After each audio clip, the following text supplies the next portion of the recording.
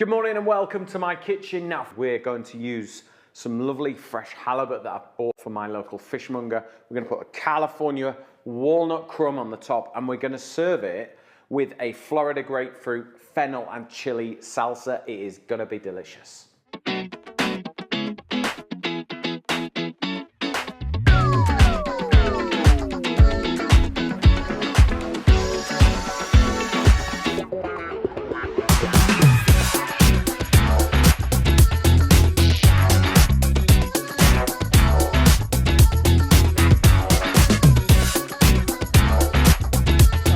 Cook a beautiful piece of fresh halibut. Now, this morning I went into Cockermouth, the town. I went to Find Fish, lovely fishmongers, spoke to the girls there, had a look at what fish was good, what prices were like, and actually I went in thinking I might buy one type of fish and I came out buying an even better piece of fish. I bought some halibut. Now, halibut is normally really expensive, but depending on market prices and all that kind of stuff, will depend on the price. So I actually got this halibut, and look at this piece, Emily. Isn't it lovely, eh? That's a proper piece of fish, that. And if you sometimes if you sort of think, well, actually, if I'm going to buy a steak or a piece of meat or, you know, something like that, actually, you can get some amazing fresh fish. So what I would urge you to do is go down and talk to your fishmonger. Ask them the price of things and make a decision based on that and go, well, actually, because I looked at hake, and by the time I'd trimmed up the hake and done all that and paid for all the trimmings, I might as well have just got something that didn't warrant any wastage at all. This is just one big lovely piece. And honestly, you could serve, this will serve 4, and you could cook it whole if you wanted to, just straight in the oven, salt, pepper, put the crumb on that I'm going to show you in a minute and just whack it in the oven. But I'm going to cook mine in the pan today and I'm going to cut it into portions. So what I'm going to do is just do that. So I'm going to cut it into 3 and I'm going to cook one of them for the show and then we will do the others later. Have you had halibut before, Emily? I don't think I have actually. It's a beautiful piece of fish. It is lovely and it is just all fish. And the thing with fishmongers is what the fishermen catch is what the fishmongers stock, not they don't just order what they want and it turns up. So you never quite know what you're going to get. And I think that's a lovely way to shop if you can. So I got a much better fish than I thought I was going to get, really. So I didn't think I was going to get halibut, which is lovely. So a nice little treat. Right, get my non-stick pan on. So I've got an induction hob here. We're going to get this non-stick pan nice and hot, get the cooking, and we're going to finish it in the oven, okay? So, first of all, we need to dry this fish off. Now, when you are cooking fish, obviously it sits on ice in the fishmongers or, you know, and if you want to fry something, you want it to be dry. So what I'm going to do is I'm just going to sit it in some kitchen roll and just try and absorb any of the surface moisture. So just sort of roll it around, dab it about a bit, get that moisture off. And that means I'll be able to get it nice and crispy. Because I want the pan to get hot. I don't want to add any oil to that. I'm going to add oil to the pan, to the fish, sorry. So a little bit of oil on there, and then we'll just pick it up. And because this is super fresh, it doesn't smell of fish. It smells of sea water. It smells of the sea.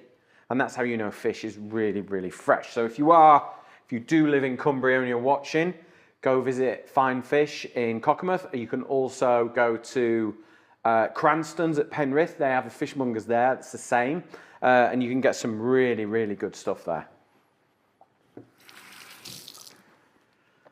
Okay, right, let's season this up. So a little bit of salt, and that will help get us a nice crisp texture. It'll draw the moisture out. And then some black pepper, that'll just give it some nice warmth. And then I've done this on a plate. I'm just going to roll it round. Now, I've bought halibut today. You could use many other fish, for example. You could use hake, you could use cod loin, you could use salmon, you could use, what else could you? I'm trying to think of some international fish because I know we have a very international audience. What else could you use? Needs to be like a thick meat. Yeah, I mean, yeah, it does, but you don't want it to be too oily. I sort of veered away from salmon and trout because I think it's going to be too oily for the walnuts. Yeah. It wants to be a nice, clean, monkfish would be nice. Halibut, obviously, we've got here, hake, cod, you know, a thick fillet of bass if you're over in America. I know that you get really nice big fillets over there. So, yeah, just go for a nice, thick, meaty, white piece of fish that is sort of regional to you or local to you. So, pan's nice and hot. Let's get that in. I'm going to go skin side down. Now, I've got my hob on 8. I'm going to turn it down to 6 and let it just do its thing. Okay? So if you've got any questions at all, please do post them in the comments below. I am here to help, okay? So please, there's no such thing as a silly question, is there, Emily? Absolutely not. No. Exactly. Right. Is this cooking method for all types of like fish if you to cook it in the pan? You don't need to. You could put it in the oven, and like I said, with that big piece of fish, if you're serving like a family of 4, sometimes fish cooks nicer as a sort of a big piece. It doesn't dry out as quickly. And you could just pop it all in the oven if you wanted to, but when we're doing a program, it's quite nice to see it happening, see it cooking. So I thought I'll cook it in the pan today, and then you get to see how to cook fish in a pan, as well as in the oven if you want to. So I'm just going to lift it up and just have a little look and see what's going on. So you can kind of see straight away that's crisping up nicely. I'm just going to add a touch more oil to this.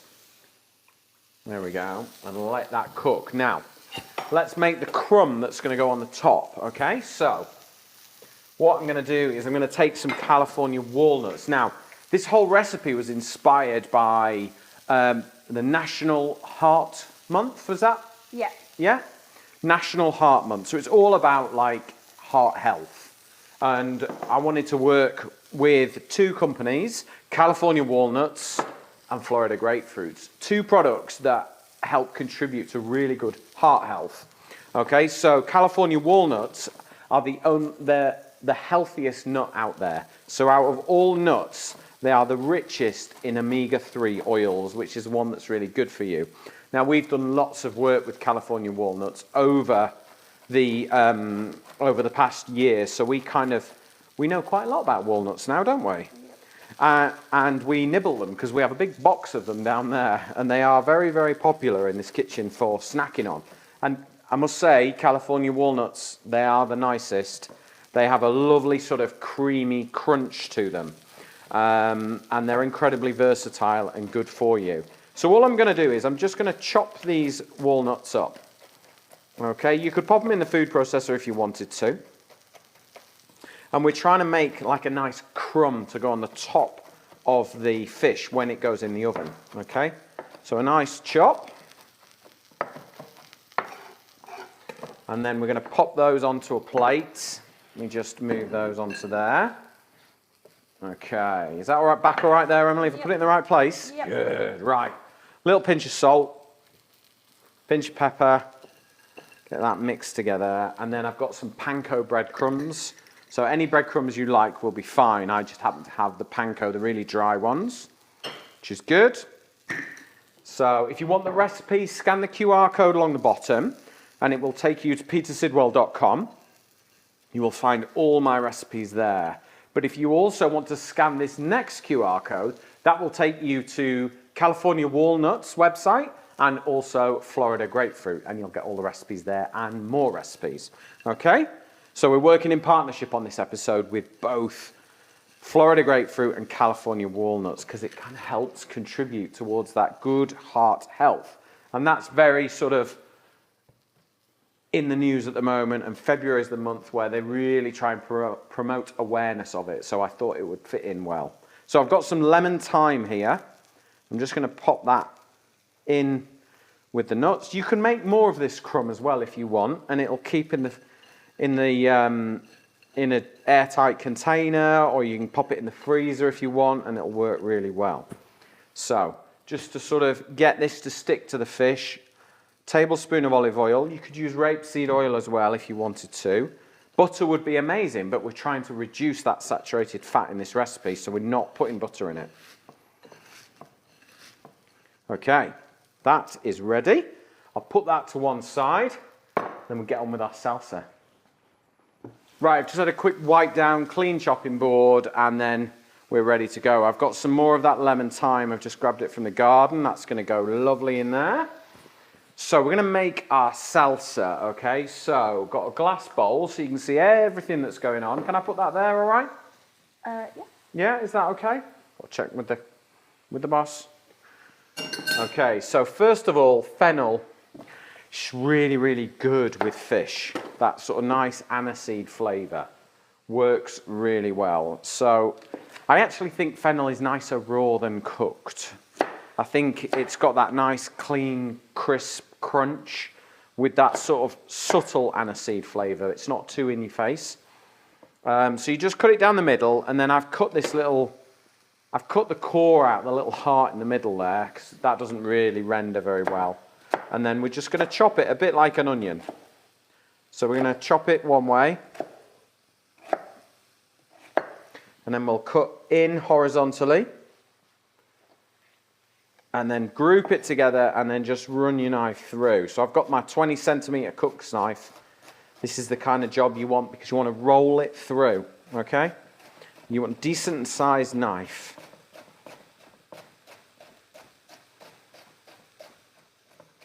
Any of the trimmings, just chuck in there with the fish, because that will do no harm at all.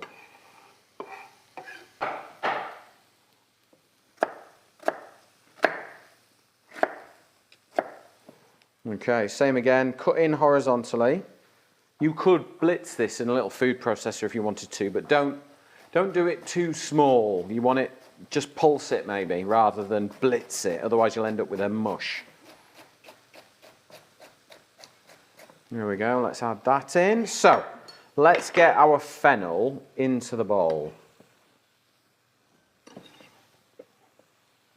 Bit quiet this morning, Emily. Have you got any questions lined up for me at all?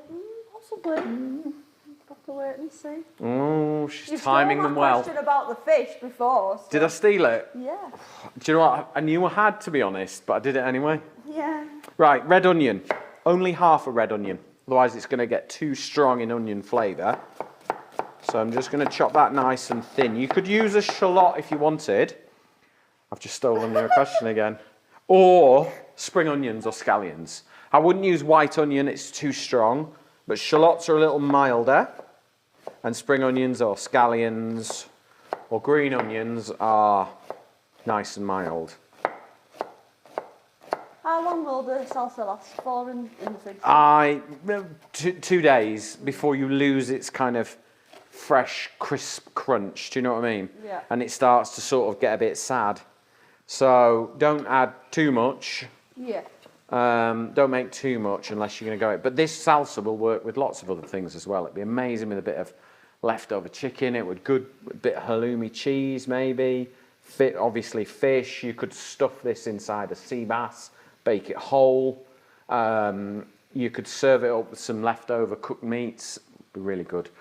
Like if you've got a roast chicken and you've got the legs left, which I often do in my house, just shred the chicken, stir it through that salsa, put it in a wrap, and you've got an amazing lunchbox the next day for work.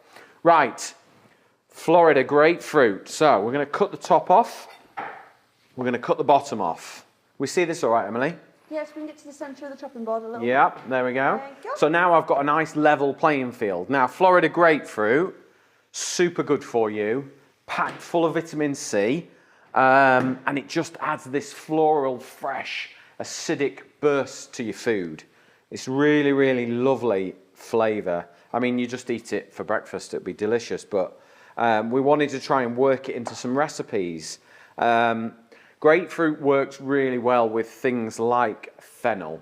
Fennel and grapefruit, best friends, they work really well, which is why I sort of chose this combination of flavours for my salsa.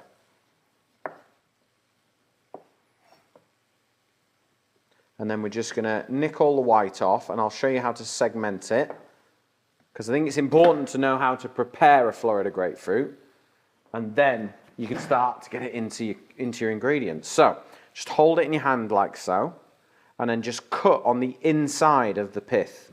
So there's a little white membrane, cut on the inside of it, and then your segments will just fall out easily. A bit like how you used to segment an orange at school. Yeah, exactly that. All citrus fruits will segment like this. And once you've got the segments out, we're going to squeeze the remains into our salsa and just kind of get it pickling a little bit and start to break down our fennel and red onion. You know, I would normally pickle in like lemon or lime juice. Yeah. It'll do the same. What else is the Florida grapefruits good for yourself? In terms of health benefits, so like I said, I mean, masses of vitamin C, which we all know citrus fruit is good for anyway. But it will help contribute towards lowering your blood pressure. So that is a really good thing. And also it contributes towards the reduction of cholesterol in your body. It's not a magic pill that you can just take, but it will all, you know, if you can incorporate Florida grapefruit into your diet, it will help towards reducing that cholesterol. So it's an all-round sort of health benefit, really, if you can get it into your diet. And then by you looking at recipes like this, it will help you incorporate it really easily.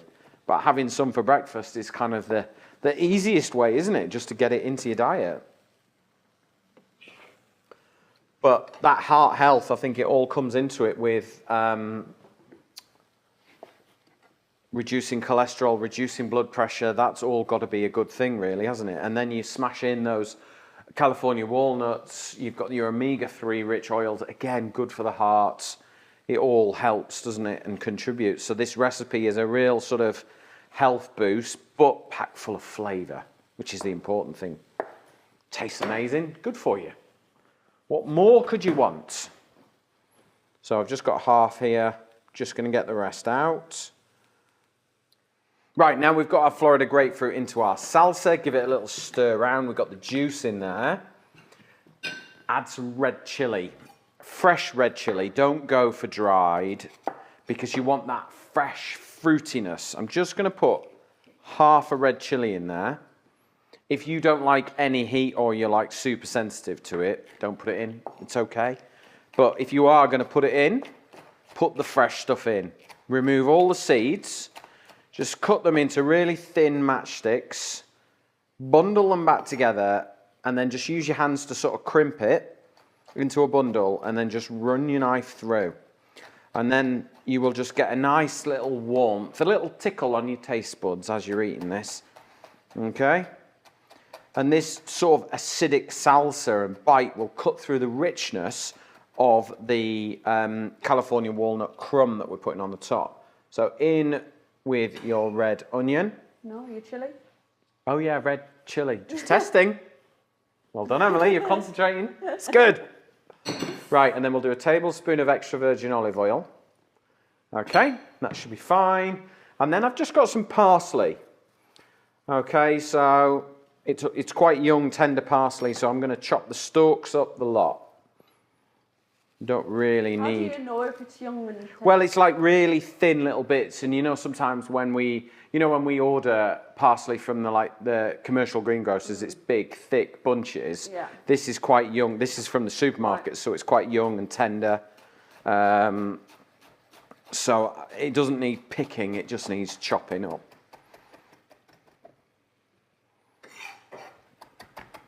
There we go.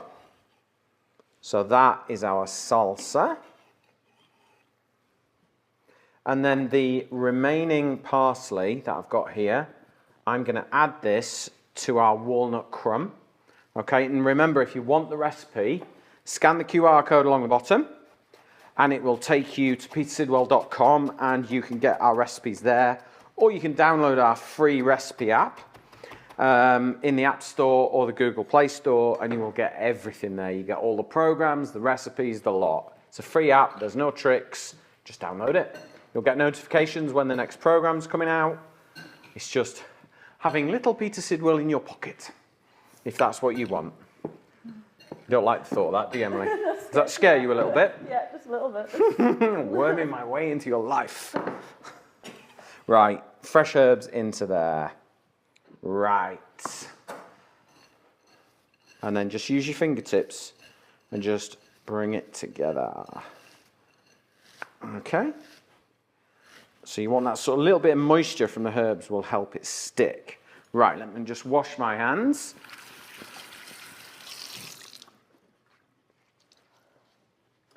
And then we'll have a look at our fish. So I'll get another spoon out. You'll notice the fish has just sat there and I've not touched it, I've not cooked it, I've got it on number 3. So I started it on number 8. Nice high heat, I seared it. So we started to brown it off and you can see the skin's got a nice crisp skin to it. You can eat that, you take it off, it's entirely up to you. But then I've knocked it down to number 3 and I've just left it. I've added the fennel trimmings, the onion and a bit of thyme in there for flavour.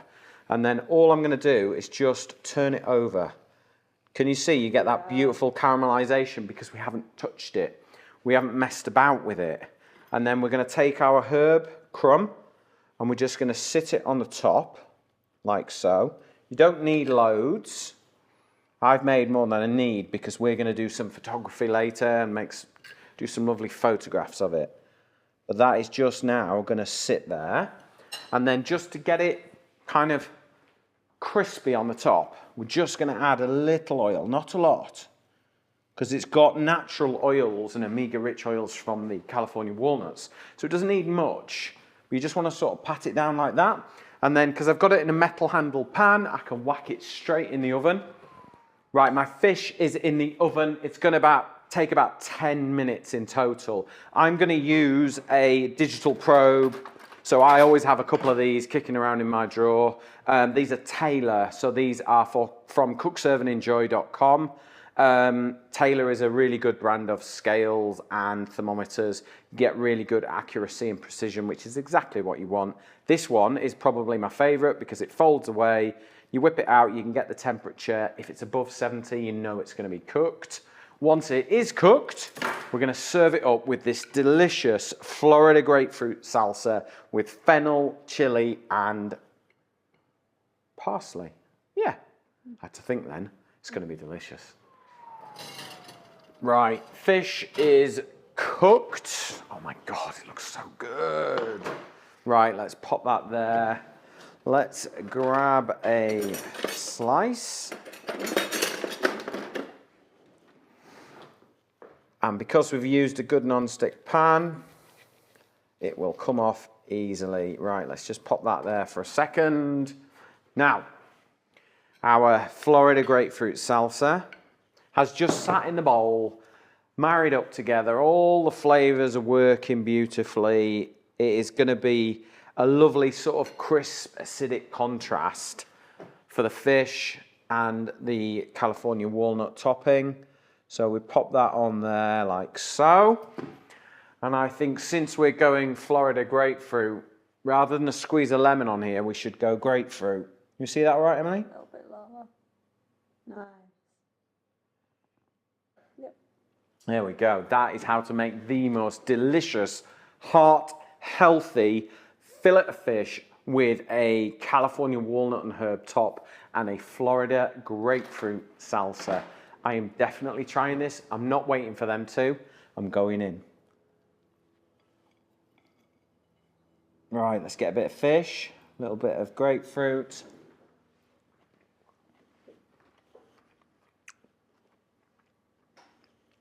Oh man, I'm not sharing this. Right, I've just finished eating my fish. Oh my goodness, it was amazing, so delicious.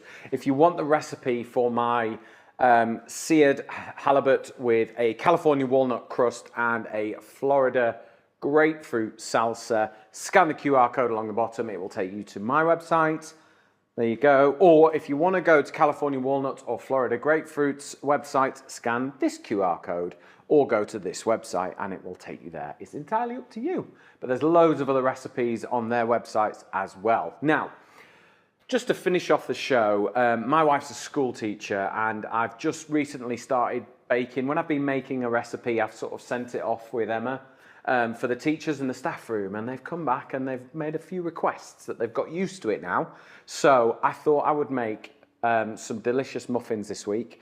We're going to make sour cherry, orange and lime muffins. They are absolutely delicious, and here's how I made them.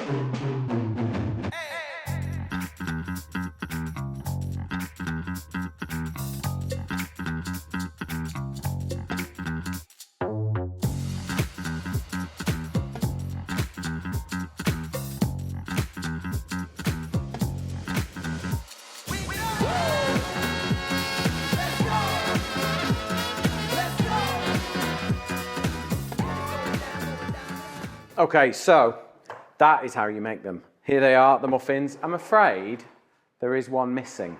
All right, can you see that, Emily? Yep, wasn't me. Mrs. Sidwell has tasted them already and tested them to make sure they're safe. So if you are watching, all teachers, the reason why there's only 11 this week is Emma. Right, so they're baked, we've let them rest. We're going to make a simple glaze, okay? And because they're sweet and they've got those lovely little tart, sour cherries in there, I just wanted to make a little simple glaze. Because I think sometimes with muffins, they're kind of all the same when you eat them, whereas if you glaze them up, just even with the smallest amount of citrus and icing sugar, you just get this lovely sort of tart, crisp top to it. So I'm going lime because I think it'll work best. So obviously we've got the orange blossom in there. If you can't get orange blossom flavouring, use some orange zest, that's absolutely fine. And then I'm just banging in some lime. I always use fresh lime. I never, ever, ever use the bottled stuff. It's just wrong. It's not as fresh, it's not vibrant, it's not what you want lime juice to do. So lemon and lime bottles, no. Not right, Pip? Hey, where are you? Hello? What you doing? Not for you. No. Right. So just mix it together. This doesn't want to be a water icing that you would set on like a bun or a cake or anything. This is just to let it drizzle. Okay? And what I'm going to do is take a fork and just put a few holes in the top. And that'll allow some of the glaze, you know, like a lemon drizzle cake. It'll drop in. But you need to let them cool down a little bit to do that, otherwise they'll just break if they're too warm. Okay, so just a simple little glaze. Let it drizzle over the tray. It doesn't matter because you're not going to be serving the tray, you're going to be serving the muffin, and you want them to have a really good tart, sweet hit when they eat them. And then you get again that same sort of burst of tart fruit when you hit the cherries inside, and then we've got the pumpkin seeds for a bit of crunch. So it is all round full of flavours, textures and deliciousness. And that is how you make my delicious sour cherry, lime, orange and pumpkin seed muffins. I'll see you on the next episode.